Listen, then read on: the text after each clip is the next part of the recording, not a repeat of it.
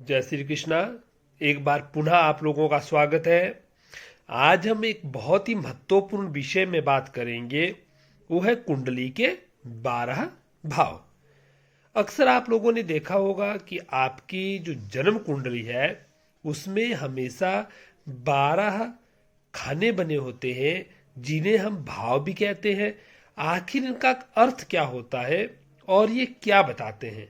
तो हमारी जो जन्म कुंडली है इन्हीं 12 भावों के आसपास घूमती है। यही 12 भाव हमारे जीवन को तय करते हैं। हम क्या करेंगे, क्या काम करेंगे, पढ़ाई कैसे होगी, हमारा शरीर कैसा होगा, धन कहाँ से आएगा, व्यय कहाँ होगा, मृत्यु कब होगी, जन्म में क्या क्या मुश्किलें आएंगी, हम अपना जीवन कैसे जिएंगे, परिवार कैसा होगा। इन सब का ज्योतिष में जो निर्णय किया गया जाता है वो इन 12 भाव से ही किया जाता है। तो ये 12 भाव तय है, इनमें कोई परिवर्तन नहीं होता है। जहां 1 2 3 4 लिखा है, ये जो नंबर है ये आपकी कुंडली में अलग अलग हो सकते हैं। तो ये जो हमारी राशियों को बताते हैं, कौन सी राशि बैठी है, जिस लग्न में आप पैदा होंगे वो नंबर 1 में आएगा। उसमें 1 भी हो सकता है, 2 भी हो सकता है, 3 भी हो सकता है। तो इन नंबरों के आधार पर ही हम तय करते हैं कि व्यक्ति के ग्रह कैसे हैं, उच्च के हैं, नीच के हैं, उसे कैसे प्रभाव या फल जो है जीवन में प्राप्त होंगे। तो कुंडली का जो प्रथम भाव है, जहां 1 नंबर लिखा है, यह व्यक्ति के स्वयं के बारे में होता है, उसकी देह के बारे में होता है। इसे हम लगन भी कहते हैं। तो इससे ही तय किया जाता है कि व्यक्ति के क्या क्या गुण होंगे।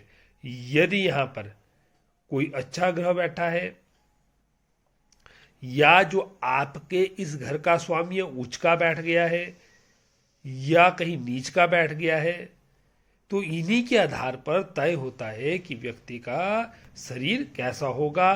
तो लग्न से हम क्या क्या विचार करते हैं? शरीर का विचार करते हैं, वर्ण का, आकृति का, यश, गान, विवेक शक्ति, सुख दुख, प्रवास, तेज, बल, दादा नानी, मस्तिष्क, व्यक्तित्व, शारीरिक चिन्ह, धैर्य, विवेक, रोग रोधक क्षमता, जिसे हम इम्यूनिटी कहते हैं, उसका निर्णय भी जो है इसी भाव के आधार पर किया जाता है।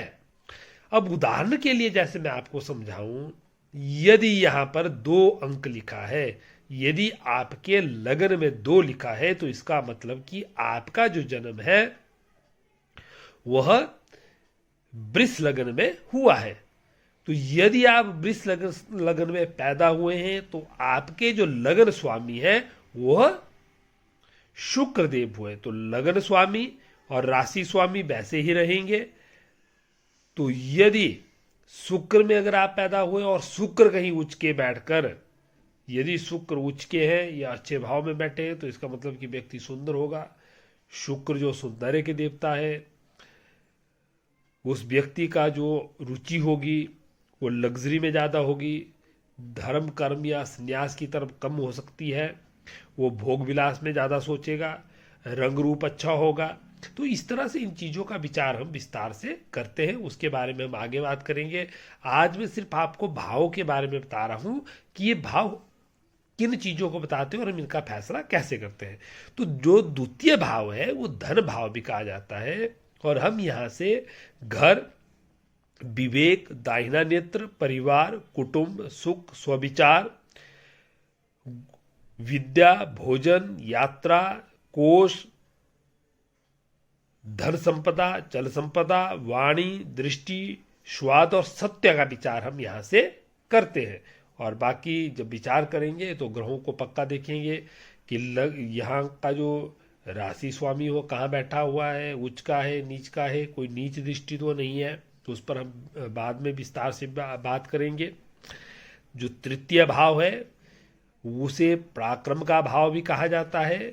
यहाँ से जो हम विचार करते हैं, पराक्रम का विचार करते हैं, हाथ, कान, महत्वाकांक्षा, नौकर, दुख, सुख, रहन सहन, वृत्ति, उद्योग, यश, अपमान, माता पिता, मरण, खांसी, दमा, क्षमता, अचल संपदा, कर्म और श्रम का भी विचार हम यहाँ से करते हैं।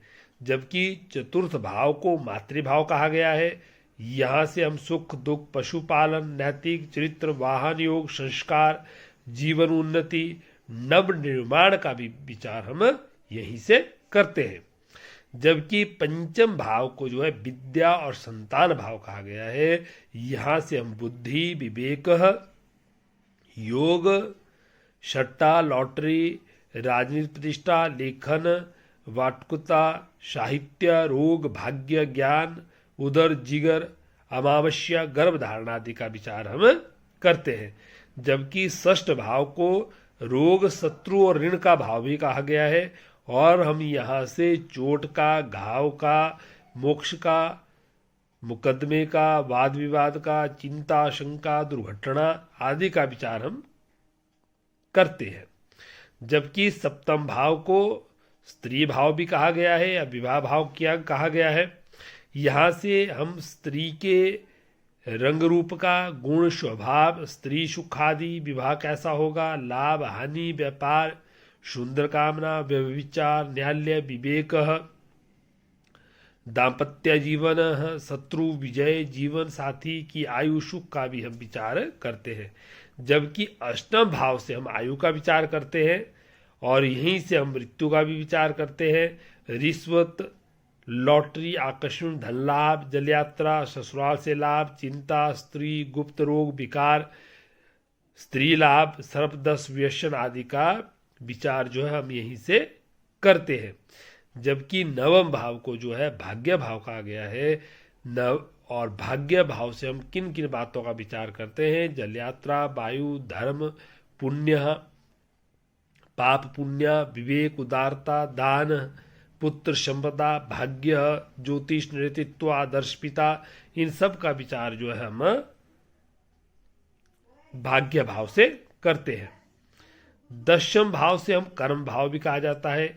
यहाँ से जो विचार किया जाता हो पिता का काम, रंग, वृत्ति एवं पात्रता, गुण, स्वभाव, आयु, उत्कर्षण, मान सम्मान, उच्च पद, राजयोग, सत्ताधिकार, नौकरी, व्यापार, पिता का सुख, कर्म सिद्धि, मान हानि, अनुशासन, पद लाभ, व्यापार, मुद्रा, प्रसिद्धि, विरासत आदि का विचार हम यहाँ से करते हैं। जबकि एकादश भाव को लाभ स्थान या आय भाव भी कहा गया है।